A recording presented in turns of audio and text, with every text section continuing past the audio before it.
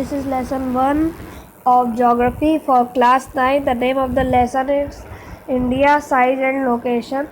We will read it in English and discuss it in Hindi. I think you will easily think about it. So we shall start. India, size and location. India is one of the ancient civilizations in the world. It has achieved multifaceted socio-economic progress during the last 5 decades. It has moved forward, displaying remarkable progress in the field of agriculture, industry, technology, and overall economic development. India has also contributed significantly to the making of world history. Bharat एक बहुत पुरानी ही जगह है. पूरे दुनिया में भारत एक बहुत पुरानी जगह है जो उसे बहुत सारी अचीवमेंट मिली है, जैसे कि इकोनॉमिक प्रोग्रेस, माने वो इकोनॉमिकली मजबूत है और पिछले 500 वर्षों से 5 डिकेड्स माने एक डिकेड माने 100 साल, तो 5 डिकेड माने 500 साल. It has moved forward displaying remarkable progress. हमारा जो भारत है वो बहुत अच्छी परफॉर्मेंस शुरुआत से ही लेके चला है, एग्रीकल्चर में, इंडस्ट्री में, टेक्नोलॉजी के फील्ड में और डेवलपमेंट में भी हमारा भारत बहुत आगे रहा है. India has also contributed significantly to the making of world history. हमारे भारत ने वर्ल्ड हिस्ट्री को बनाने में भी बहुत सहयोग किया है. Location. India is a vast country. India एक बहुत बड़ी कंट्री है जो नदर्न हेमिस्फीयर में रहती है, जैसा कि आप फिगर 1.1 में अभी देख पाएंगे. The main land extend between latitude 8 degree 4 north and 37 degree 6 north and longitude 68 degree 7 east and 97 degree 25 east. The tropic of cancer 23 degree 30 north divides the country into almost 2 equal parts. To the southeast and southwest of the mainland lie in the Andaman and Nicobar Islands and the Lakshadweep Islands in Bay of Bengal and Arabian Sea respectively. Find out the extent of these groups of islands from your atlas.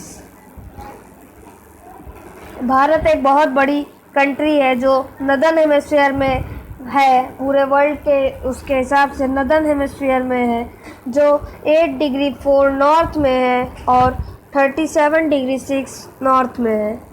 एक तरफ नीचे से और एक तरफ ऊपर से और 68 डिग्री 7 ईस्ट में है और 97 डिग्री 25 एक तरफ उस तरफ से और एक उस तरफ से, दोनों तरफ से.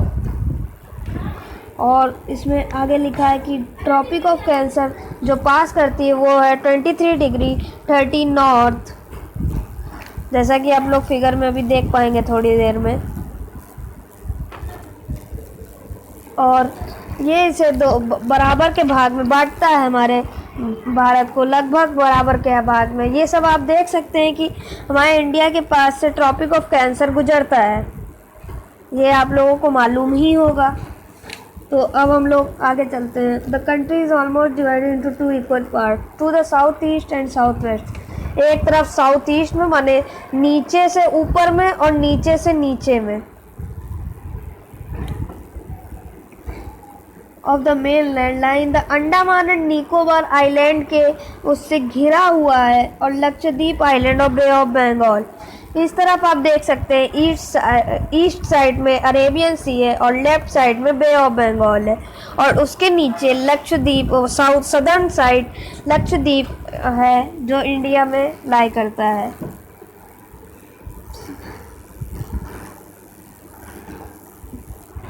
और अब हम लोग इसकी साइज के बारे में बात कर लेते हैं. The land mass of India has an area of 3.28 million square kilometre. India's total area accounts for about 2.4% of the total geographical area of the world. From figure 1.2 it is clear that India is the 7th largest country of the world. India has a land boundary of about 15,200 kilometer, and the total length of the coastline of the mainland including Andaman and Nicobar and Lakshadweep is 7,516.6 kilometre. जो हमारे भारत का area है वो है 3.28 million square kilometre. 3.28 million square kilometre, ये याद कर लीजिएगा आप लोग। India's total area accounts for about 2.4% of the total geographical area of the world। ये सवाल भी आता है, ये कह रहा है कि हमारा जो पूरा वर्ल्ड है उसमें ये 2.4% लाई करता है पूरे वर्ल्ड में, माने पूरी वर्ल्ड की जगह में ये 2.4% ही लाई करता है। और ये आप 1.2 से क्लियरली देख पा रहे होंगे, फिगर 1.2 से, और फिगर 1.2 में ये दिखा दिया गया है साफ साफ। इंडिया जो है वो सबसे बड़ी 7वीं सबसे बड़ी कंट्री है पूरे वर्ल्ड में। इंडिया सबसे बड़ी 7वीं कंट्री है, याद रखिएगा आप लोग।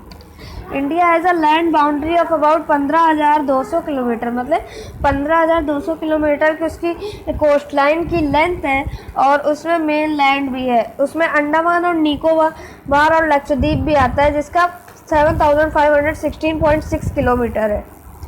India is bounded by the young fold.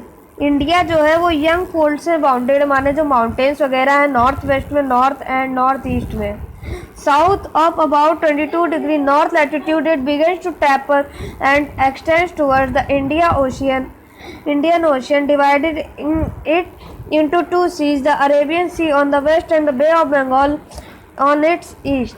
India जो है बाउंडेड है यंग फोल्ड के माउंटेन से बाउंडेड है इंडिया, साउथ नॉर्थ वेस्ट में और नॉर्थ ईस्ट में। South of about 22 degree north latitude it begins to taper and extends toward the Indian Ocean, dividing it into two seas।